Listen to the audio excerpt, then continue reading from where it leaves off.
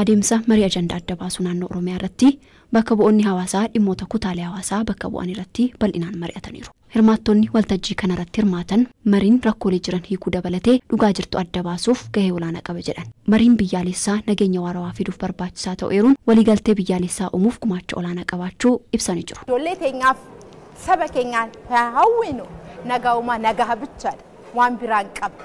Nagaha wajjiraate misoosis daldala hundi jiraata jechuun waannaan nagaa Itoophiyaan boru sarras nagaa taatu jenna. Yoo mariin hin jirre nagaatu bada.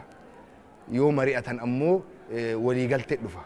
Hanqina jiru arganii cimina jiru arganii dhugaa jirtu adda baasanii haqni adda baha jecha. Gaafa kana maaltu hafa waliin bu'iinsa hafa. Yoo kun hin jiraanne maaltu dhufa waliin bu'iinsa dhufa. Bilisa ta'ee yaada isaa dhiyeessee yaada isaa irratti waliigalee yoo jedhee nagaa dhufa. Nageenyi immoo kan nama hundaaf barbaachisu.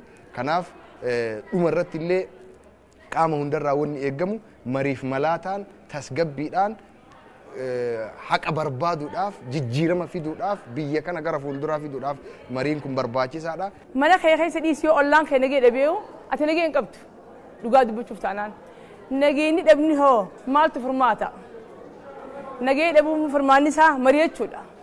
Mari'achuun faayidaa qaba. Usi ana kana kiyyatti akka kiyyatti usi mariin akkanaa duraanuu dursitee jiraatte gaaga'ama amma duraatu hin dhufu ture. Rakkoon ni jirti. Rakkoo sun mariin hiikan. Namni gattaa'e mari'ate waa hundatu furmaata fide jechuudha. Biyyi Itoophiyaa biyya saba tokkoon jiraattu miti. Sabaa sablooti 70 olii wajji jiraanna. Tanumaafuu taanaan mari'atanii hayyee jedhanii yoo mari'atan nageenyi hunda keenyaaf murteessaadha. Komishinii marii biyyaalessaatti qindeessaan olaanaa naannoo Oromiyaa Komishinar Dr. Ambaayoo Gaatoo mariin ajandaa adda baasuu bakka buutonni hawaasaa hirmaatan ajandaaleen dhimma naannoo fi biyyaa kaasuun abbummaan mari'achaa akka turan eeruun marichi karaa hirmaachisaa fi bilisa ta'een gaggeeffameera jedhan. Naannoon Oromiyaa bal'oo ta'uu isheen hirmaattoota 7,000 ol fiduun ulfaataa ta'us hojiin ajandaa walitti qabuu akkuma karoorfametti milkaa'eera jedhan. ያለው ሂደት በጣም የተሳካ ነበረ። ከዚህ በፊት ለረጅም ጊዜ ዝግጅቶችን ስናደርግ ነበረ። Adeemsi hanga ammaatti taasifame milkaadha. Kanaan duratti yeroo dheeraaf qophii bal'aa taasisaa turreerra. Oromiyaan bal'oo waan taateef hirmaattota 7,000 ol garasitti fiduun ulfaataa ture. Hirmaattonni kutaa hawaasaa garaagaraarraa walitti dhufan bakkatti mari'atan qopheessaa turreerra. Akkuma karoorfanneetti milkaa'eera jedhee amana. Hirmaattonni dhimmi biyya koo nagalche jedhaniiti kan dhufan.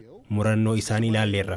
Itoophiyaa karaa nagaan ni ijaarra kaayyoo jedhu qabataniiti kan dhufan. Kun immoo jalqabbii nuutiinis ta'ee Itoophiyaanota kaan kan jajjabeessudha jedhee yaada. ይህ ደግሞ እኛንም ሌሎች ኢትዮጵያውያኖችንም የሚያበረታታ ጅማሮ ነው ብዬ አስባለሁ። ናኖ ኦሮሚያatti milkaa'inni ajandaa walitti qabu gaggeeffame naannolee biroottis cimeetti fufuu akka qabu Komishinar Dr. Ambaayoo Gaatoo dubbataniiru. ወደ ሌሎች ክልል ስንሄድም ሌሎች ክልሎችም I think ያነቃቃቸዋል. Naannolee birootti yommuu deemnu isaan kakaase jedhee yaada. Yaadonni garaagaraa ni mul'atu. Yaada isaanii dhorki tokko malee ni ibsu. Karaa tasgabbii qabuun nageenya fiduuf filannoon jirus kanadha jedhanii amanu jedhee yaada. Naannoleen kaanis bifuma kanaan akka itti adeeman abdiin qaba. I think ተስፋ አደርጋለሁ ሌሎችም ክልሎች በዚህ እንደሚሄዱ.